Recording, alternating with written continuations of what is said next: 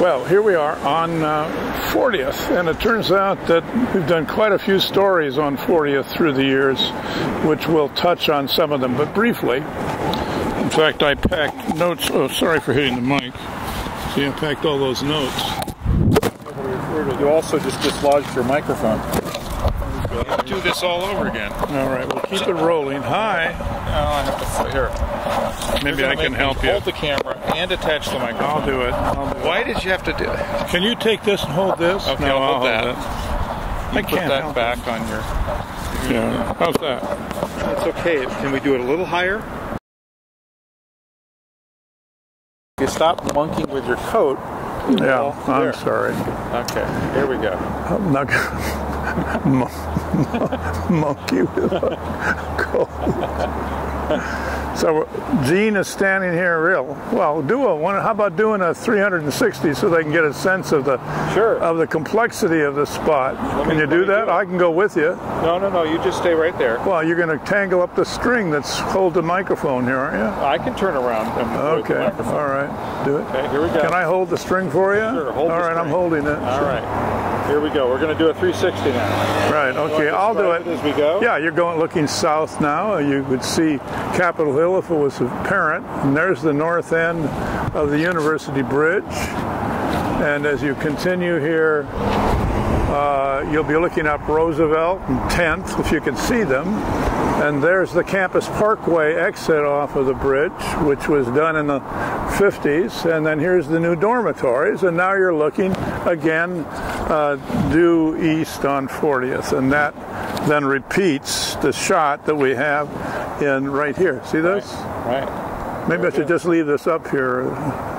Talk behind it? Yeah, no, okay. So, as we said, we have quite a few things we've done on 40th. I particularly like this shot, which is a photograph taken by the billboard company, Foster and Kleiser, in 1940. I think March 13th, 1940. Well, it's in the little essay that goes in the paper that goes with this blog. And it's really designed to concentrate, the picture is, on what's wrong. We're having problems with that. Just dipping over. There we go. That's perfect. I can't move around because this thing's so fragile. It's not. It's a little noisy here. We forgot about that because, of course, we're on this wraparound here. In fact, this tangle, this quagmire, this farrago is part of the sort of effect on transportation at the north end of the bridge, which occurred especially when they decided in the late 40s, or actually beginning in the early 40s, that they wanted to have a royal way of approaching. Do you have a telephone call? No, I'm good. Go for it. Huh? You're looking at your phone. I just wanted to see. Is this America or not? He's videotaping me and he's looking at his phone. You can't see that. I can. It's damn distracting. You know, if you hadn't mentioned it, no one would have known. No, they wouldn't. Okay. It's a green phone. Yeah. Anyway, so in the early 40s, they thought about, well, this movement of 40 underneath the bridge, the new bridge since 1919, is not so royal. It's not such a grand entrance to the campus. Let's build a campus parkway. And that's right over here. If you turn your camera about 45 degrees, 90 degrees, it's where those, on the other side of those dorms. And that idea did not sit favorably with a number of people locally, including, and I got to read this, Gene. It's quite lovely, okay? Because it really is kind of, I believe, kind of true. This is from a Professor Eastwood, a retired prof at the university in mechanical engineering. That's what your son is in. Your oldest son has just graduated in mechanical engineering, right? Ethan, yes. Well, this guy couldn't be his professor because this is a half a century ago.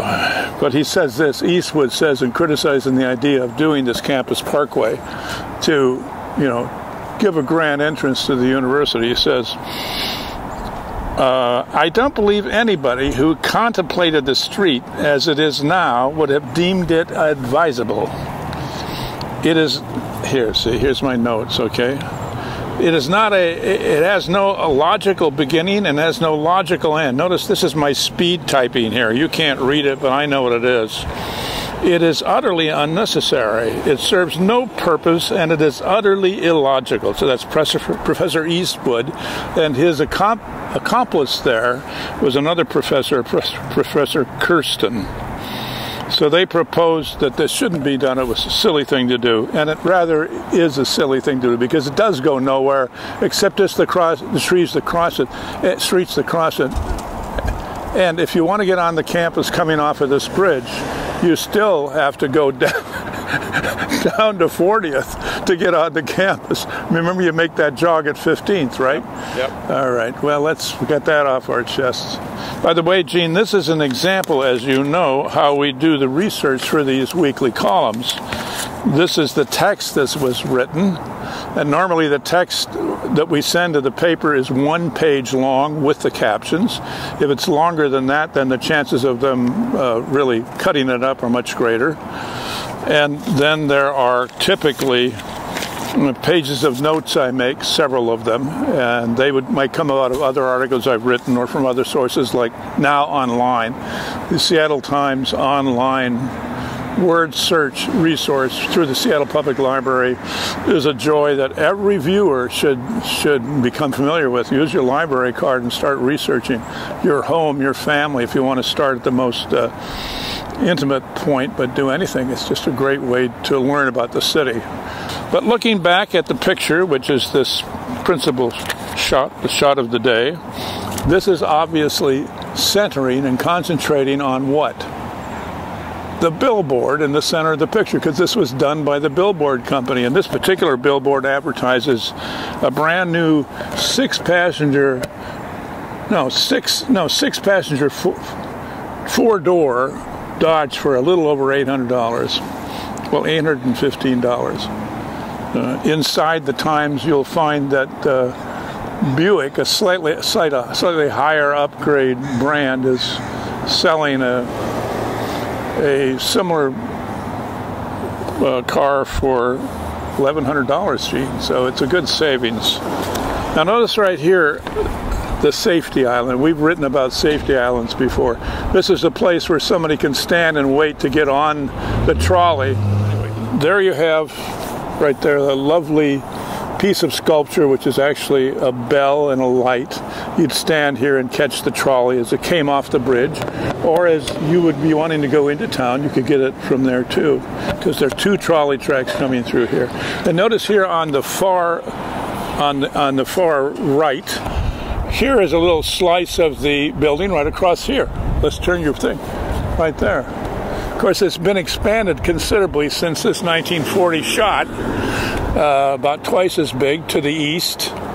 It's the Applied Physics Laboratory, not the most popular building among politically progressive students and faculty of the university, because it's pretty much subsidized by the United States Navy, or was, for military experiments. In fact, do you remember any of the protests that occurred down here? I don't. I was a mere child at the time. You were a mere child, yeah. You commented as we drove up that this was a particularly hideous building, that it was quite ugly. Everybody confesses that, of course. Well, it's just a block of concrete with small windows. Right. Yeah. There's a Soviet-style element It's here. very Soviet. Brutalesque. Brutalesque, yeah. Look at that. Oh, that's fascinating. Yeah. All right, so there we have our... Yeah, they actually, the department, I talked to them researching it, they really want a new building. They want to be like all these dorms and all these health sciences buildings that have been going up on the south campus, which is where we are on the edge of. But they can't get the money. They haven't got the money yet to build a new building. Wow. So anyway, here we are in this tangle. The tangle is the result of having somehow to get 40th, the entrance to the campus, from 1909, when the AYP opened, and we did a story on that recently, mid-September, to get the people onto the campus off the bridge. So they had to make this loop right here, first of all, to get under the bridge, and then in late 30s and 40s to put in the grand entrance in hopes that that would have some distinction for it. It's sort of like they were looking at What's the name of that town in the central Germany in 1939 where the Nazis were having all their big demonstrations? Nuremberg. Nuremberg. It's sort of like Nuremberg, yeah. You know, it's kind of useless. It's made for show. Wait a second. So this... I'm not saying this is a fascist plot. No, I didn't say that. You just said the Applied Physics Lab. No, I don't mean the Applied Physics Lab. I mean the 40th Avenue entrance to the university is, as the professor said, rather useless. Right, but altogether, but it's a great show. It's a show street with a boulevard. You've now described demonstrations against the Applied Physics Lab. That's a coincidence. And then brought in Nuremberg. That's a coincidence. All coincidence. No, I don't want you to put those things together. Not at all. Tell me, look at these new dorms over here. What do you think of those, Gene? Let's get an architectural criticism from you. Well, come on, Gene, be honest. They're blue. Wait, I have a question to ask you, and it's just very close to here. Okay? Yeah. Hope you can answer this. If we go back to underneath the bridge, we're going to see what? If we look to the south, do you remember? Oh, yeah. What is it we're going to see? We're going to see the Wall of Death. Exactly. Mike? Wow, isn't that loud? I don't even see where it is.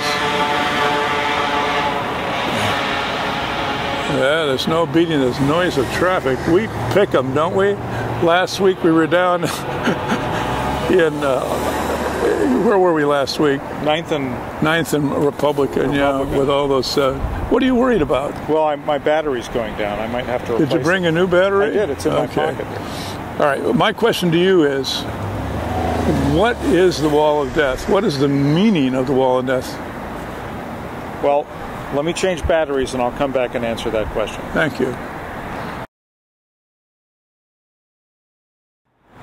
Okay.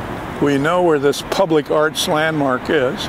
It's under the University Bridge behind you, about 70 yards. And as you've already identified, it is called the Wall of Death. What is its meaning? Is it a threat to the indigent or what? Don't camp here? I don't know. It may be, but I've always associated it with skateboard culture. Oh. I've always thought that there was some understanding that when you run up and down those ramps and take those jumps and you're skateboarding, that this is a symbolic. This tells you something about the chances you're taking. It's a reminder of mortality for the skateboarders. It's a warning and a kind of mild prophetic. But on the other hand, I also think... I think you've got it. It may be, but I think that since it's right under the bridge, it may also be a commentary on the Fremont Troll. It's under a bridge. It's sort of a op art. It's a recapitulation. It's two voices in a choir singing across the chancel. And it very well could be that we are contrapuntal. Contrapuntal, yeah. That it's a late version of that same Three Billy Goats Gruff Tale. We are the Billy Goats crossing the bridge, and there's a troll or a wall of death which is going to deal with it. Really, Gene, I think we should try to get you on more often, these little commentaries. Now, I was going to say we were well prepared today in the sense that we had a lot of stories that related to Darn Good. We could go up and have a cup of coffee in the Darn Good, and that's on 40th, right up the way. Yeah. There it is on 40th and Bagley. A good story. Yeah, an old, neighborhood grocery right up the way here. This looks across Portage Bay before there was any bridges at all. This is when they were thinking about putting in the University Bridge, and so on and so on. We had a lot of stories to do here. Well, our time has run out. Time has run out. Let me bend over and pick up the notes, okay? I will. Yeah. Well, maybe we can do that off camera. We will once again. We will bid you farewell. Say good night, Gracie. Good night.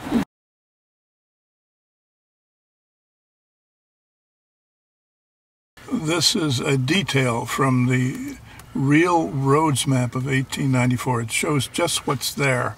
It doesn't show real estate agents' plans or hopes by streets that haven't been built yet, but this is the streets that are there.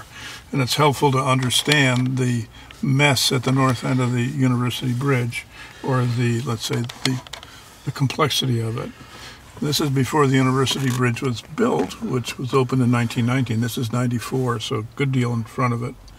But here, right here, is the Latona Bridge between Lake Union and Portage Bay, going across to Latona. There's no university district yet as such. It's a actual neighborhood called Brooklyn, because that's what the developer called it. And then here's the University of Washington. You see this little spur. It comes off of this railroad line, which is now the Burke-Gilman Trail, and was the Seattle Lakeshore and Eastern Railroad. That opened up this north end in 1887. So this is but 7 years later.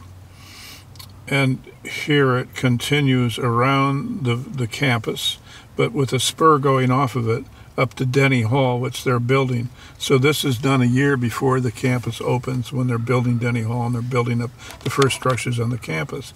Now, the point I want to make about the farrago around where we were at the north end of the University Bridge and 40th Avenue is that previous to the building of the University Bridge, which would have gone right across here. Should I draw it? No. There. Yeah, okay. What happened was that the trolley line came across the bridge, dedicated in July 1891, and took a sort of an S, took a curve and went back to the shoreline along Portage Bay, came down like this, and then it had to cross the Seattle Lakeshore and Eastern Railway, which it did between Brooklyn, which was the main street then, and University Way, which was 14th Avenue, and was not a main street at all. So it had to cross the track and then head north like this on University Way out to Ravenna. So it was later, with the building of the bridge here, the University Bridge, that a lot of this was changed. And also with the 1909, as we did about 2 months ago, we showed, I think, September 14th or something, the other side over here. Right here, we did a thing on 40th Avenue where it splits around 7th and Latona and that. And for the World's Fair that was held here in 1909, they straightened out 40th to some extent. But this is in 94 in its old position after the bridge was built. Thank you, Paul. Okay.